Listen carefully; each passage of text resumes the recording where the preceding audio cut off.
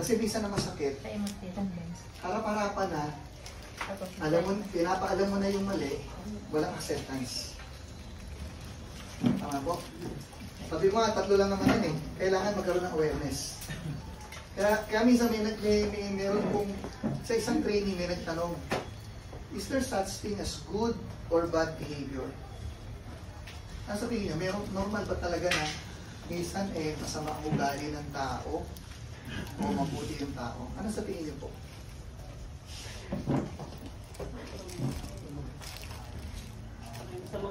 O may masamang pag-uugali ba sa tao? Normal ba yun? Yes. Minsan may gano'n, ano? Sa tingin mo, masama ugali niya. Sa tingin mo naman, ito mabuti ugali. Tama? Okay. Pero yun nga po, pagka naiintindihan niyo po ito, hindi ka po mag-jump into conclusion na ito masama ugali. Kasi po, una, no po, may epekto po kasi yung environment, yung programming mo magmula ng bata ka. Kung makikita kung minsan bakit itong taong to ay sabihin natin ganito yung pag-uugali, no po. Halimbawa, sobrang ganon. Nakuha niya po. Possible, isa sa magulang o parehong magulang ay ganon. Nakuha po. Okay. Meron namang taong sobrang ganon. Possible, isa sa magulang o parehong magulang ay ganon. Kaya one time ay, dati po meron ako nakausap, bakit ganon si ganito? Sabi ko, sino sa magulang niya yung ganon? Yung ganito po, yung mother niya. Tapos yung ibang kapatid niya ganon. So anong conclusion natin?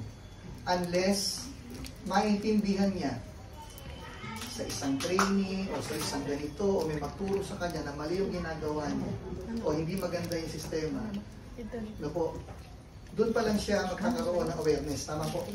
Pero kung lahat kayo sa pamilya ay ganun po ang nakamulatan at ganun ang ginagawa, hindi po talaga marirecognize na mali.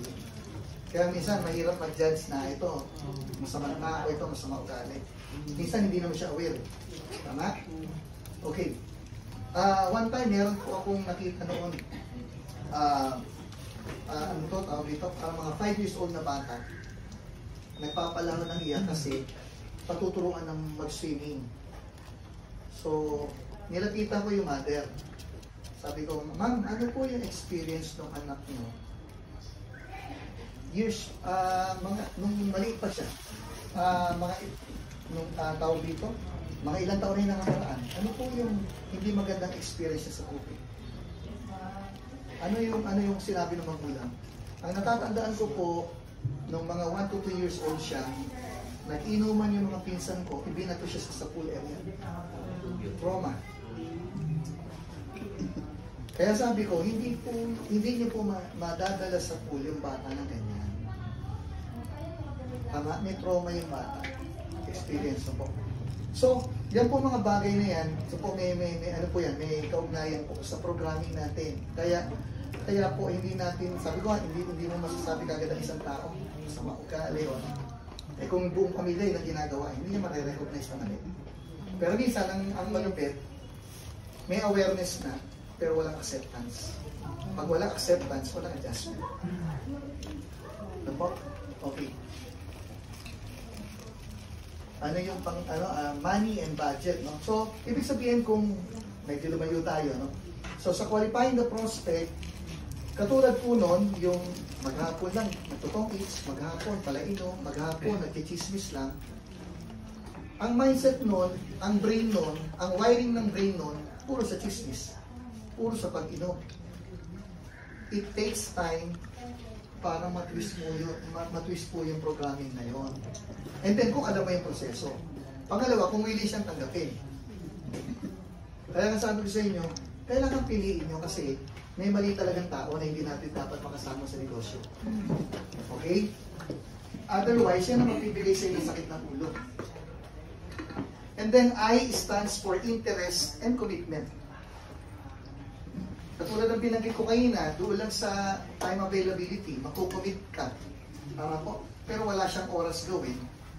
Doon lang alam mo na walang mangyayari, kaya i-terminate mo na professionally yung usapan. Dito, ganun din. Kung hindi magpapakita ng interest, sasabihin niya, marami akong negosyo, busy ako sa trabaho, useless na mag-uusap pa kayo. O sabihin na, hingan mo na lang ng referrals, and sabihin mo sa kanya kung kailan niyo po gustong gawin, workout, advice niyo na lang ako, o bibigyan ko, di ba? Ganun lang po. Kasi magsasaya na lang kayo ng oras, no? And then, dapat merong need or desire to purchase. Okay? So, tandaan niyo po ito, yung iba ano sinasabi, hanapin mo yung need para effectively mabentahan mo yung tao. Kaya minsan sa mall, hindi nyo napapansin, no? Binibigyan, ginagawa kayo ng sistema nung kausap nyo, no? Yung mga nagbebenta, minsan hindi ka naman nagra-rush, pero nagulat ka, nabentahan ka. Bakit? Ano sasabihin sa'yo nung nagbebenta sa'yo? Ma'am, last day po ngayon ng sale. Mabibili nyo to ng 50%. Bukas po, balik na kami sa regular price. So, thinking na mauubusan ka, thinking na, teka, hindi ko ma-avail yung 50%, 60%, mapapabili ka. Tama? Na-create ng need. Ano po? Okay. So, ay, ibang aspect ko lang na natin yan. Okay, eagerness to learn. So, ito po yung abbreviation ko in the gold mine. Eagerness to learn. So, kailangan teachable yung tao, coachable. Pero kadalasan sa negosyo po natin, nakaka-encounter tayo ng mga acne. No? Alam ko na yan. Di ba? Lalo na yung mga professionals na hindi mag-give up yung pride nila, yung ego nila. Normal po yan. So po, sa atin, hindi natin sila pipilitin. Ang kailangan natin, yung makikinig. Ang kailangan natin, yung willing matuto. Pagka yun po ay naramdaman mo sa isang tao, bigyan mo ng oras bilang upline, bilang sponsor. Tutukan mo. Bigyan mo ng time para tutukan. Okay? Ano ba yung prospecting method? Po, actually, patapos na rin pala